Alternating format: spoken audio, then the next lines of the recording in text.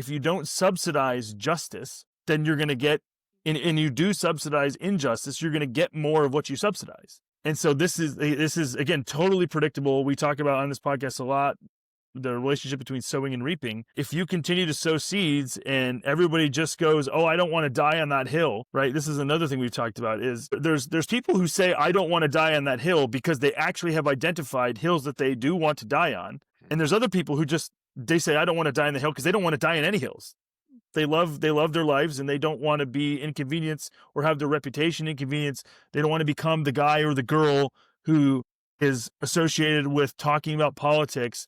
Like, that's costly and people don't want to pay that cost. As a Christian, though, what my pushback would be, and I fight this too, as somebody who's got like a podcast that's about Bitcoin, I like fight back and forth of like, okay, where should I talk about biblical things? Where should I talk about,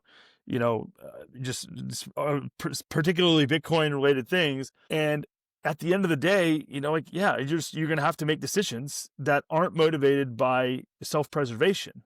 Just our decisions based on, I just want to protect myself. I want to protect my reputation. At the end of the day, we have to have convictions that are just more rooted in, I want to honor God and align myself with reality by telling the truth and telling what I actually think about situations in order to subsidize a world where other people feel strengthened and encouraged to do the same kind of thing.